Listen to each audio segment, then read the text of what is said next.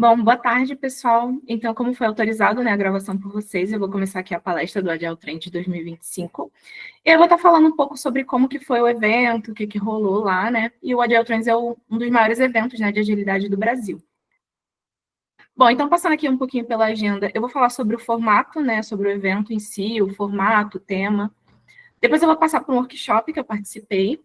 Vou passar por algumas palestras de alguns assuntos, né, que eu achei bastante interessantes, e como que foi a minha experiência lá no Agile Trends. Bom, então sobre o evento, aconteceu em São Paulo, né, foi no Shopping Frei Caneca, e aí o tema desse ano foi agilidade, então tinham vários temas relacionados à agilidade, ou desculpa, agilidade não, inteligência artificial, então tinham vários temas relacionados a isso, e aí tinham assuntos técnicos, assuntos mais voltados para RH, agilidade em si, estimativas, OKRs. No total foram 4 dias, né, de evento, são muitas palestras que acontecem lá. E eu queria também falar sobre o formato, né, do evento em si, que eu achei bastante diferente. É como se fosse um centro de convenções, né? E aí tem 4 palcos principais e as palestras elas acontecem de forma simultânea. Então tem um cronograma que diz em cada palco qual palestra vai acontecer. Daí você escolhe qual que você vai assistir. E aí logo quando você entra, você recebe um radinho, né? E esse rádio ele tem as estações de cada palco. Então você escolhe o palco que você quiser e aí você assiste desse. Eu achei o formato bem interessante porque tem muitas palestras, né? Então tem várias coisas que você quer assistir ao mesmo tempo. Se uma não for muito do teu agrado, né? Você começar a assistir ela, você pode trocar ali na hora. Eu achei inclusive o formato bem ágil. E teve participação de grandes empresas lá, como Itaú, Petrobras, Volvo, teve palestra de vários especialistas. E aí, para começar, eu queria falar sobre um workshop que eu participei lá, que eu achei bastante interessante, que foi um workshop de Team Building Canvas. Eu nunca tinha ouvido falar, já tinha feito algumas outras dinâmicas de Team Building. Mas ele visa ajudar, né, na criação de equipes, identificar pontos fortes e vulnerabilidades, valores em comum, o propósito e construir conexão entre os membros da equipe. Ele pode ser feito tanto no início, né, para a criação de uma equipe, quanto, tipo, a equipe ela já está rolando, entraram membros novos, saiu gente. É legal fazer para estar sempre realinhando e vendo o propósito da equipe. Aquele quadro ali, né, a gente fez a dinâmica lá, né, tinha um palestrante que ele estava ajudando e guiando ali como que funciona o workshop. E aí, essas salas de workshop, elas ficam separadas, né? Eu entrei lá, daí eu fui fazer. Eu não conhecia nenhuma dessas pessoas que estavam nessa sala, né, nessa dinâmica, mas o evento ele é legal por conta disso também, porque quando eu cheguei, eu fiquei um pouco com receio, né, de ficar 4 dias lá e não ter muito com quem trocar. Mas na hora, assim, quando você entra no evento, você começa a conversar com as pessoas, vai acontecendo, você faz amizades lá. E aí eu conheci esse grupo, e aí a gente simulou, né, um case, eles trouxeram experiência deles também, trouxeram situações que aconteciam nas equipes e nas empresas que eles trabalharam. Então a gente simulou como se a gente fosse uma equipe, né, e a gente foi passando etapa a etapa ali da dinâmica, né. Foi legal porque cada um trouxe a sua visão, né, e a sua experiência, então a gente conseguiu ter bastante troca, foi bastante divertido e leve a dinâmica, eu achei bem legal.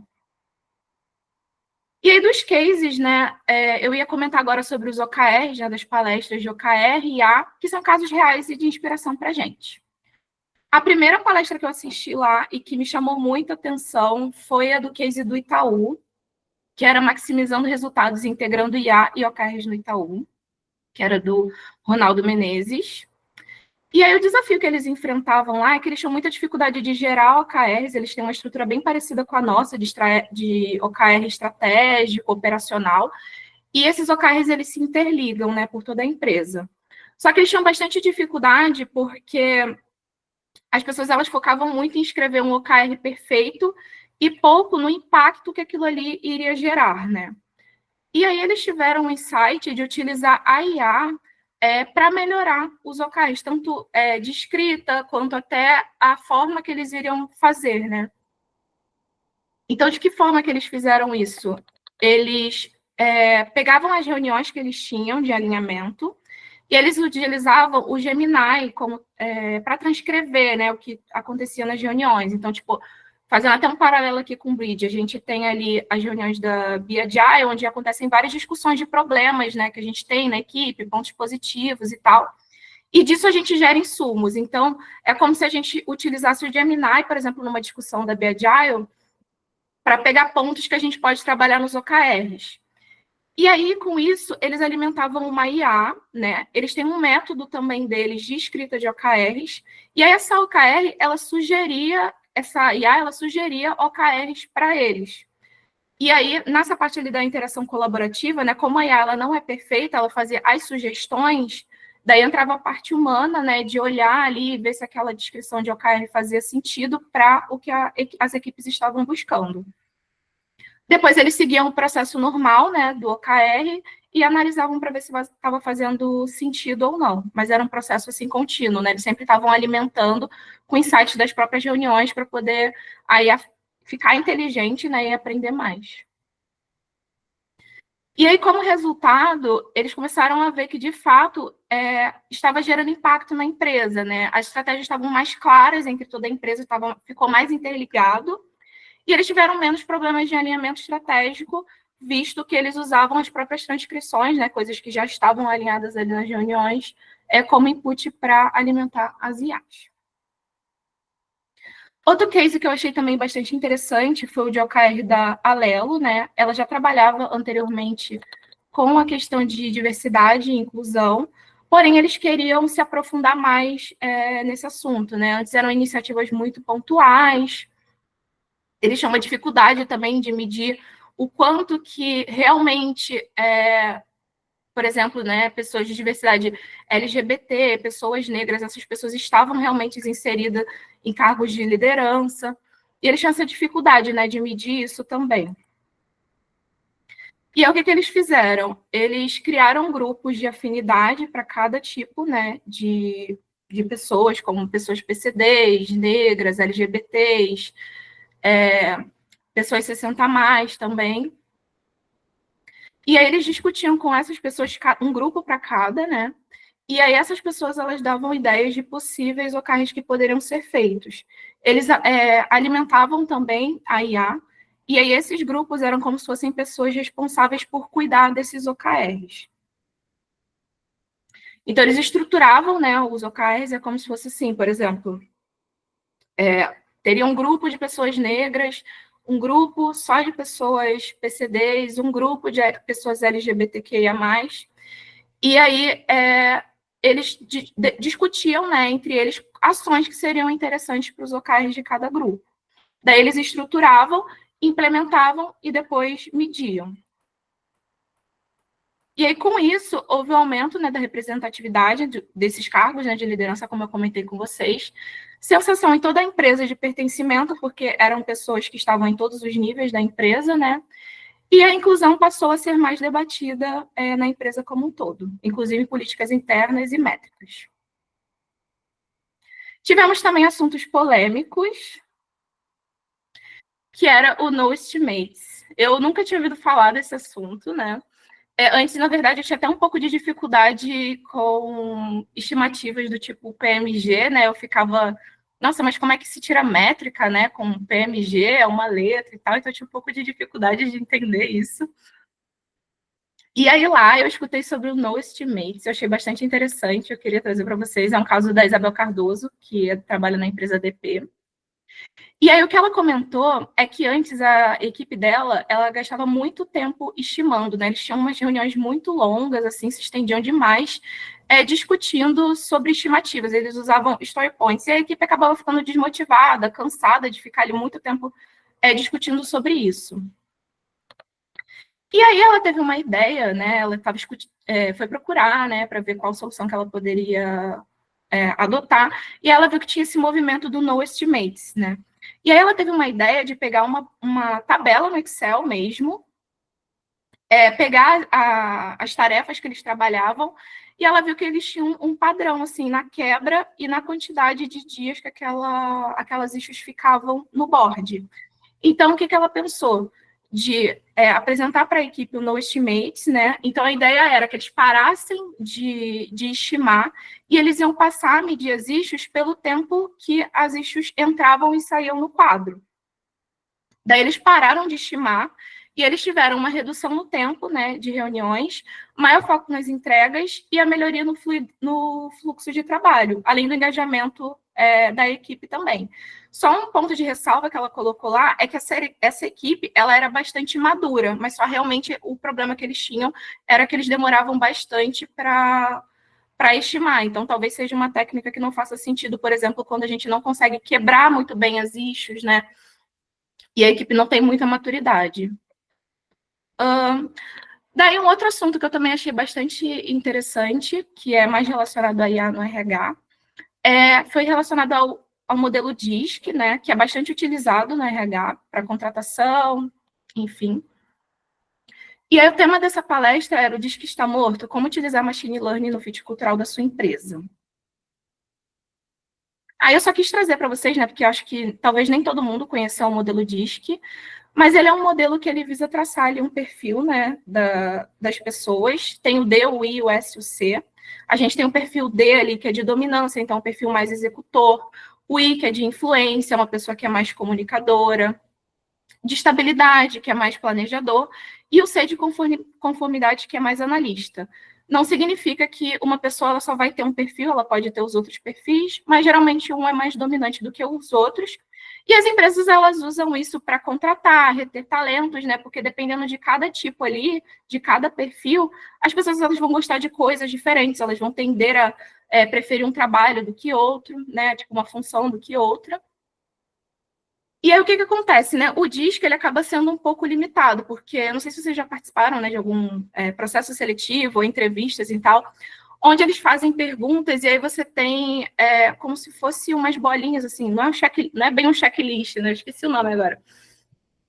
Mas ela é mais engessada, tipo, ou você responde uma coisa ou outra, né? E a ideia que eles tiveram era de usar machine learning em pesquisas que fossem mais descritivas. Então, eles faziam as perguntas, as pessoas escreviam, descreviam, faziam pesquisas, e aí, com isso, eles alimentavam a machine learning para perceber qual tipo de perfil que eles tinham nos funcionários. Né? E aí, aqui já é a solução. Daí foi criada nessa machine learning, e ela processava esses dados, né, internamente, e eles percebiam os padrões comportamentais e culturais que tinham na própria empresa, dentro das equipes, né, em processos seletivos também, e aí eles também precisavam usar essa NLP, que eu também particularmente não conheço, né, fui escutar lá. E aí, como resultado, eles tiveram aumento, né, na assertividade de contratações, na redução de turnover, e também de feedbacks estruturados para os candidatos e estabilidade de objetivos, com uma avaliação assim mais humana, né? Como era descritivo, eles conseguiam ter uma visão melhor, né? Que também não seria possível, acredito eu, se fosse uma pessoa que fizesse, até por conta do volume de informação que seria necessário para analisar. E aí, falando um pouco, né, da minha experiência no evento, como eu comentei, eu estava bem insegura, assim, porque eram 4 dias, né, de palestras, eu estava com medo de ficar sozinha lá, né, esse tempo, mas eu cheguei lá, eu encontrei várias pessoas que eu já tinha trabalhado também, encontrei parceiros, clientes, né, fiz amizades lá, então eu sempre tinha com quem trocar, eu sempre tinha com quem conversar. No evento também é bastante tempo, né? A gente chega lá por volta de umas 8, 9 horas e já tem palestra. Termina umas 7, mais ou menos, ou 6, eu não me recordo muito bem. Mas tem os coffee breaks e eles deixam espaço também para você fazer networking, então você pode conversar. Quando terminam as palestras, tem uma área onde ficam os palestrantes, você pode ir lá tirar dúvidas, conversar. Então, eu conversei com muita gente, adicionei um monte de gente também no LinkedIn, fiz um monte de amizade. No último dia, eu não sabia, mas o Célio e o Jade estavam lá, daí acabei encontrando eles por lá também, foi bem legal, a gente tomou café juntos, foi bem bacana. E aí eu ganhei alguns brindes aqui também, tem várias barraquinhas lá, você pode passar, fazer inscrição. Aí tinha essa garrafa aqui que eu achei linda, fui lá, fiz uma inscrição e peguei brinde, caneta, ganhei imã de geladeira, bolsa, não coloquei a foto de todos aqui, mas ganhei um monte de brinde. E aí, falando também, né, de frases assim que me marcaram bastante, que um palestrante ele comentou, né, sobre ser um agilista agnóstico a métodos e frameworks, né? E aí, no primeiro momento, quando você escuta isso, você fica assim, pô, mas como assim, né? Tipo, a gente aprende, né, que a gente precisa seguir as metodologias e tal, que são ferramentas, né, que vão ajudar a gente. E realmente, só que o que ele queria dizer era para a gente não se prender ao que não faz sentido para a gente, sabe? Eu acho que é algo que a gente faz muito bem aqui no Grid. A gente sempre está olhando para ver as ferramentas que fazem sentido. Então, se algo do Kanban talvez não funcione tão bem na sua equipe, procurar outra ferramenta, mas não só para agilidade, né? Mas para tudo que a gente trabalha. E eu achei essa frase bem interessante. E aí eu até coloquei aqui, né, uma descrição da IA lá, porque eu também nunca tinha ouvido falar dessa frase. E aí eu coloquei aqui, né, que o agilista agnóstico a metodologias e frameworks, ele é um profissional que ele adota uma metodologia ágil, né, uma abordagem ágil, para o que faz sentido para a equipe dele, para o contexto do projeto, para a empresa como um todo. E acho que é isso. Alguma dúvida, pessoal?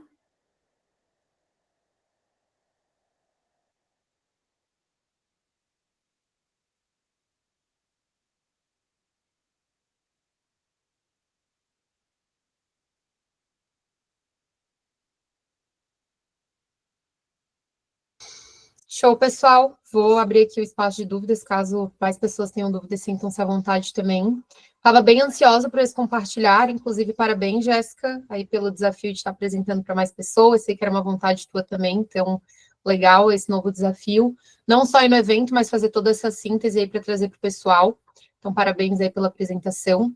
Tenho algumas dúvidas, assim, mais para mitigar algumas discussões, e é claro, tu trazer a tua percepção e tal. Sempre que a gente vai para evento, a gente volta com esse sentimento de estamos no caminho certo, estamos no caminho errado, estamos mandando bem, o mercado tem feito coisas muito diferentes, a gente está à frente do mercado, então são várias conclusões que a gente chega e até mesmo alguns pontos de validação que nos confortam de saber que a gente está no caminho certo, né? Muitas das coisas que tu comentou, eu vejo que sim, estão bem alinhadas aí com a nossa maneira de agilidade enquanto organização de pensar, então a gente sempre tenta buscar bastante essa questão da adaptabilidade, ouvir as necessidades do laboratório, tanto que se a gente for olhar na teoria, tem muitas coisas que na teoria a gente faz de forma contrária ao que a teoria indica, mas no nosso contexto a gente não conseguiu implementar do jeito que a teoria manda, indica, então a gente dá um jeito ali de adaptar conforme a nossa necessidade. E até mesmo essa questão que tu trouxe de diversidade e inclusão já é um trabalho, né, que o núcleo tem feito muito forte, tem abordado. A parte também de OKR é algo que a equipe de melhoria contínua tem evoluído ali com o trabalho de A também, achei bem interessante. Falando um pouquinho, assim, sobre a agilidade em si, eu queria entender um pouco, assim, quais eles trouxeram como tendências para esse ano. A gente tem escutado falar muito sobre inteligência artificial e o uso de inteligência artificial na nossa rotina, para principalmente facilitar alguns processos mais operacionais. Mas falando sobre tendências, eu lembro que quando a gente foi em 2024, falava-se muito sobre o papel da agilidade vai sumir do mercado, e essa era a grande tendência de falar sobre isso, até porque muitas empresas estavam começando um processo de não ter mais o cargo tão formalizado e passar essa responsabilidade para a própria equipe realizar aquelas tarefas. Eu queria entender um pouco melhor, assim, quais foram as tendências que eles levantaram para esse ano, além de inteligência artificial. Então, a maioria das palestras, na real, elas foram voltadas para inteligência artificial. E aí, no caso, o que eles comentavam bastante é de a gente utilizar a inteligência para facilitar o nosso dia a dia. Então, por exemplo, né, até nesses cases que eu trouxe ali do OKR, por exemplo, também era um problema do Itaú, por exemplo, levar muito tempo para escrever. Então, o tempo que ele gastaria descrevendo um OKR, né, já que ele já tem aqueles inputs das reuniões, seria um tempo que ele poderia estar fazendo uma outra tarefa e agregando mais para as empresas, né? Mas, no geral, era mais isso, assim, no sentido de tentar otimizar os processos que já se tem nas empresas, né? Por meio da OKR não, desculpa, por meio da IA, e aí talvez abraçar novos desafios, né? Fazer outros trabalhos também para poder, porque você vai ter uma economia, né, de tempo. Legal. E a minha última dúvida, falando a respeito de métodos, assim, teve algum outro método, alguma coisa que foi muito comentado, porque também eu lembro que no ano de 2024 foi muito falado sobre Kanban. Era uma tendência muito grande do mercado parar de utilizar Square por ser um método um pouco mais pode-se dizer, com mais regrinhas e mais detalhes a serem implementados, cerimônias, papéis, artefatos, enquanto o Kanban, ele é algo um pouco mais corrido, então não existe tanta dedicação, pode-se dizer, ali para o fluxo rodar, então muitas empresas estavam fazendo essa transição, e eu lembro que eu conversei com bastante pessoas no evento, assim, para entender qual tinha sido realmente a motivação para trocar o método ali, porque muitas empresas estavam deixando de usar o Scrum 100% e passando a utilizar o Kanban. Então foi muito falado sobre Kanban, tanto que na época a gente até debateu aqui dentro do laboratório, tipo, estamos no caminho certo, faz sentido para a gente, vamos ver o que caberia aqui no nosso formato ou não, e a gente acabou formalizando o nosso método ágil de trabalho ali para o laboratório inteiro, seguindo do jeito que a gente já fazia. Queria saber se esse ano teve algum método que foi mais comentado, se tem alguma tendência de mercado também, de alguma metodologia que está entrando mais. Não, sobre metodologia específica, não. Tiveram algumas palestras relacionadas a temas de Kanban, Scrum, né? Mas acho que é normal porque era um evento de agilidade, né? De diferente, assim, que eu lembro, mas eu não consegui participar, foi um workshop de Lego, Kanban Lego, alguma coisa assim. Mas era algo relacionado ao Kanban, mas não necessariamente uma metodologia nova, né? Eram mais as empresas trazendo os cases delas mesmo. O que eu observei que tinha muita coisa de OKR, que também é um assunto que eu me interessei bastante, acabei me interessando bastante lá. E coisas relacionadas, assim, também a pessoas, gestão de pessoas também. Mas um método específico, assim, do que eu me recordo, não teve. Legal, Jéssica, obrigada. Mais uma vez, parabéns pela apresentação, obrigada pelo compartilhamento. E fico feliz que cada vez mais isso tenha aparecido nos eventos da agilidade, até porque se a gente for olhar o próprio Manifesto Ágil, né, ele prega pessoas mais do que processos, mais do que documentação, então faz sentido o evento estar abordando essa linha de segmento e de discussão, até porque o próprio manifesto se propõe a isso, né? Então, fico feliz que esses temas foram abordados e parabéns pela apresentação. Obrigada. Parabéns, Jéssica, pela apresentação. Mas alguém tem alguma dúvida? Algum comentário?